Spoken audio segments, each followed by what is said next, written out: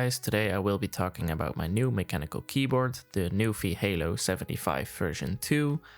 NuPhy was kind enough to send me this new keyboard in order to try and test it out for them. If I'm being completely honest, I didn't know much about NuPhy at first, but then I knew that one of my favorite YouTubers I'm following, Ali Abdal, was using it as well. So this gave me a bit of a confidence that this would be a keyboard worth trying out. Unfortunately, I didn't have much of a choice when it came to picking a keyboard, since NuPhy only could send me the Halo 75% version in white. But lucky for me, the 75% is the best fit for me as well as the white colors.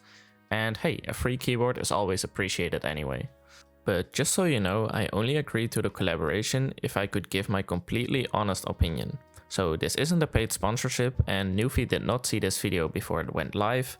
However, there will be an affiliate link in the description, which gives you a discount if you want to order the keyboard yourself. That being said, I will now shut up and let you enjoy the most satisfying part, the unboxing, and I will talk about my experiences and thoughts later on in the video.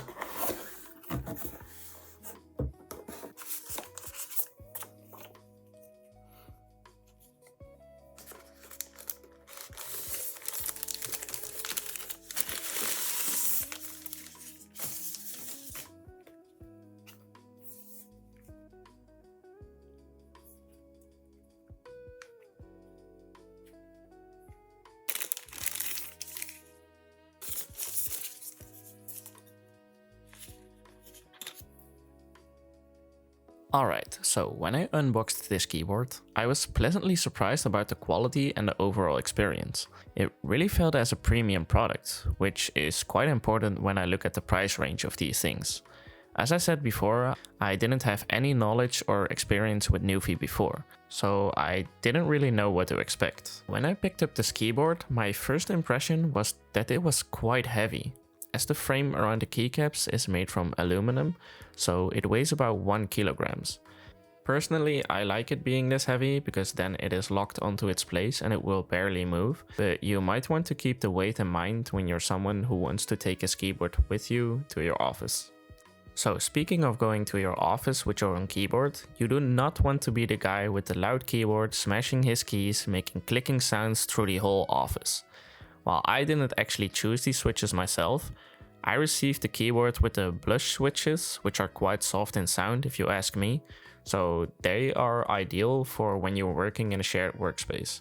But to give you an impression of what these type of switches sound like, here's an example.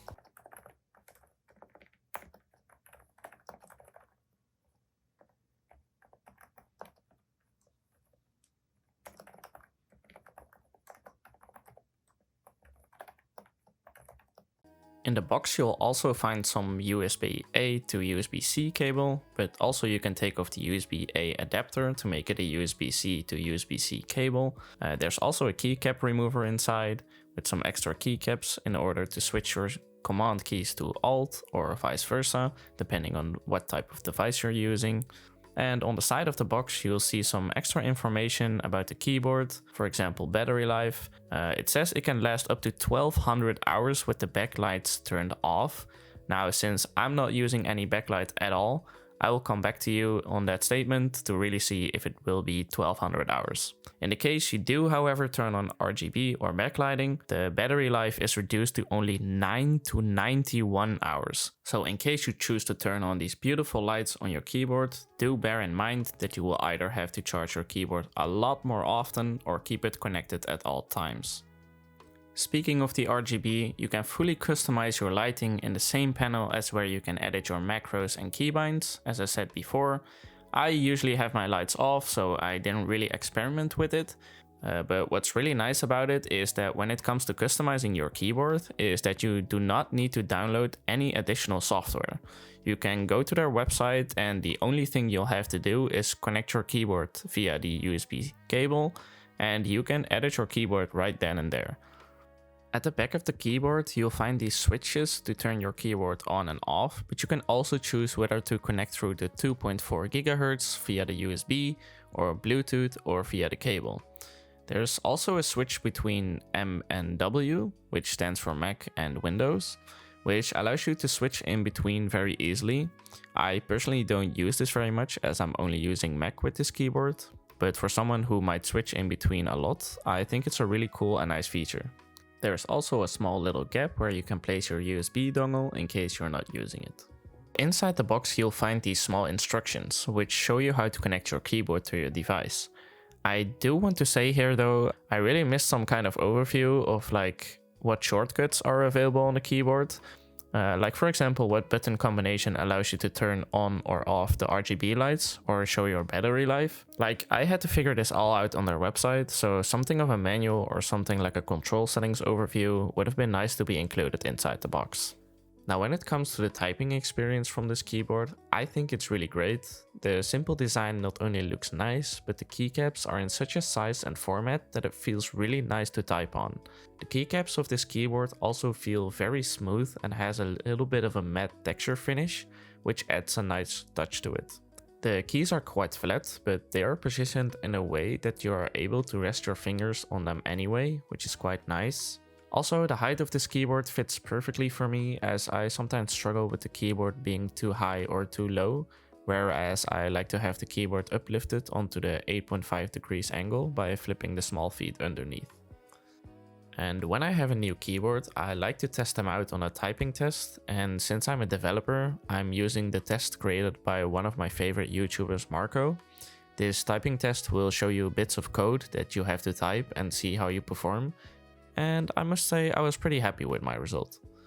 Now I've had my other keyboard for quite a while now, which I'm still a big fan of, and it has some emotional value behind it since I got it from my girlfriend as a birthday present, so I don't think I will ever get rid of it, but if it wasn't for that, this would definitely be one of my favorite keyboards I've used so far. I think it's a really great keyboard, and I'm really positively surprised about the quality. I'm a big fan of the design as well, and the ability to customize your own keybinds. I feel very great typing my codes and reports on this keyboard, so I would 100% recommend this to anyone looking for a nice minimalistic keyboard to complete your setup. If you would like to know more about my setup and essentials I use on my desk setup, I would recommend you watch my other video on 7 things I have on my desk setup as a software engineer as well. Well, I hope you guys enjoyed this video, and I'll see you on the next one.